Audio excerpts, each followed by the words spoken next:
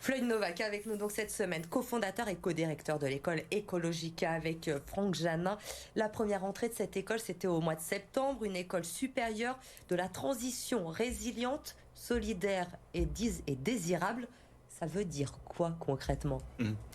Eh bien, Ecologica, donc effectivement une école d'enseignement supérieur, donc post-bac, avec 3 diplômes différents, hein. On a un bac plus 3 qui est l'équivalent d'une licence, et puis 2 masters, un initial en 2 ans classique et un autre qui est plutôt pour des personnes qui ont déjà un master. Cette école-là, elle a vocation finalement à aller plus loin que les questions de transition écologique et sociale, en mettant en évidence finalement qu'une transition ne peut se faire qu'au prix d'une vocation à devenir résilient comme territoire. Ça veut dire quoi? Ça veut dire être capable de faire face aux chocs. Ça peut parler du changement climatique bien entendu, mais aussi à des chocs économiques, à des chocs énergétiques. Et toutes ces questions-là nous amènent finalement à réfléchir, certes aux questions énergétiques, certes aux questions d'alimentation aussi, savoir comment est-ce qu'on s'alimente à une échelle plus locale pour faire face à d'éventuelles raréfactions des énergies fossiles notamment, mais aussi à des questions de gouvernance. Comment est-ce que collectivement on prend des décisions sur un territoire? Qu'est-ce qui vous a donné envie de créer cette école différente? Vous considériez qu'aujourd'hui l'offre n'était pas suffisante sur ces questions-là? Alors, sur la transition écologique et sociale, on a une offre qui s'étoffe, on va dire, année après année, mais on a une vraie différenciation sur 3 aspects. D'abord sur la philosophie, c'est-à-dire qu'on est la seule école qui assume l'idée qu'il y a un changement de modèle économique et politique à opérer si on veut réussir cette transition. Il ne suffira pas juste de faire des petits ajustements. On a également toute la question de la gouvernance. On porte un projet où les étudiants, les enseignants, les salariés, les partenaires prennent les décisions ensemble, et ça c'est extrêmement important en termes de compétences pour les étudiants, mais aussi en termes de messages pour le projet de société qu'on défend aussi, et que les étudiants sont amenés à défendre dans des organisations variées. Et puis par ailleurs, bien entendu, des questions pédagogiques, parce que c'est aussi l'occasion de faire plein d'innovations du point de vue de la pédagogie et de ne pas être sur des enseignements traditionnels, on va dire, où on a des monologues d'enseignants pendant plusieurs heures. Alors à qui vous vous adressez? Quel est le profil aujourd'hui de vos étudiants? Eh bien, le profil, il est varié. On va avoir des profils qui sont plutôt des étudiants qui ont envie de changer le monde. Et ça, c'est important de le signifier, qui vont être effectivement des forces vives importantes et qui ont envie de faire la différence et qui cherchent une école comme celle-ci depuis très très longtemps. J'enseigne depuis presque 10 ans et je le vois au quotidien. Et puis, on a des profils aussi de personnes qui se cherchent, des personnes qui ont envie, qui sont sensibilisées, on va dire, à ces questions-là de justice sociale, d'environnement, d'écologie, mais qui finalement ne trouvent pas chaussures à leurs pieds et qui s'insèrent finalement dans une économie qui se veut verdissante parce que de toute façon on n'a pas le choix. Vous proposez 3 formations, donc bachelor, master et master sup. Qu'est-ce qu'on retrouve dans ces formations? Eh bien, on va retrouver 3 piliers pédagogiques. Un premier qui est plutôt vocation à penser, à comprendre le monde, avec plutôt une expertise scientifique, vraiment faire en sorte que nos étudiants soient incollables sur les enjeux de société, démocratique, de justice sociale, environnementaux, à travers des sciences humaines, mais aussi des sciences de la matière et du vivant. On va également trouver des compétences qui sont spécifiques aux organisations qui font la transition écologique et sociale. Certaines qui sont assez classiques, sur du management, de la communication, du marketing, mais on ne fait pas tout à fait la même manière. Par exemple, le marketing, chez nous, ça va plutôt être comment est-ce qu'on valorise un projet, un fort impact social, pas comment est-ce qu'on apprend à vendre toujours plus. Et puis des compétences tout à fait spécifiques sur l'intelligence collective, sur savoir faire face à l'éco-anxiété, sur de l'expertise pointue sur les déchets, l'énergie, etc., bien entendu. Et puis un troisième point aussi sur l'aspect terrain, bien sûr.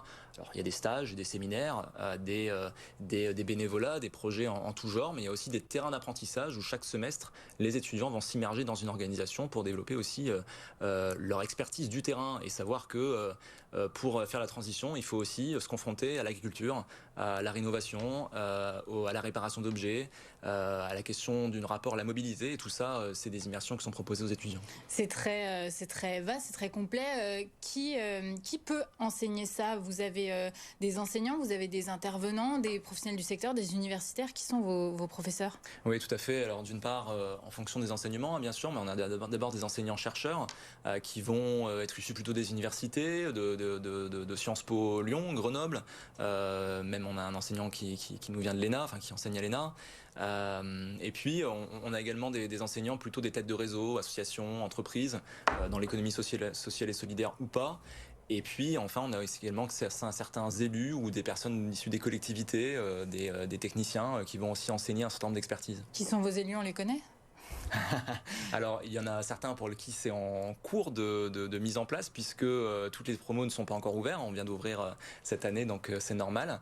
Et puis, il y a également certains conseillers métropolitains, oui, effectivement, qui sont déjà dans l'école aujourd'hui. Oui. Vous voulez pas citer de nom? Je suis Sophia Popov, par exemple, conseillère Par exemple. métropolitaine. L'école est toute récente, vous l'avez dit, elle date du mois de septembre. Combien vous avez d'élèves pour le moment Alors là, dans on commence l'école? avec 13 étudiants. Et Première l'objectif à court terme, moyen terme? Voilà, pour septembre prochain, on est sur a priori 70-80 étudiants. En tout cas, on en prend la voie aujourd'hui. Ouais. Et justement, vous faites comment pour les recruter? Eh bien, de manière assez... Qui peut être admis dans l'école de la Il y a transition un écologique concours, et qui ne c'est sur peut pas? dossier? C'est sur dossier, ouais. C'est sur dossier. Sur le site internet, tout est expliqué. On a en fait des pièces qu'on demande qui sont assez classiques, hein, un CV, des relevés de notes, dernier diplôme obtenu, etc. Mais aussi des pièces plus spécifiques. D'abord un document de motivation. Alors ça peut prendre la forme d'une lettre, mais aussi d'un audio, d'un poème, d'une vidéo. Enfin, c'est vraiment l'ambition de l'étudiant et qui doit démontrer en fait finalement son envie de s'engager quoi dans ce document.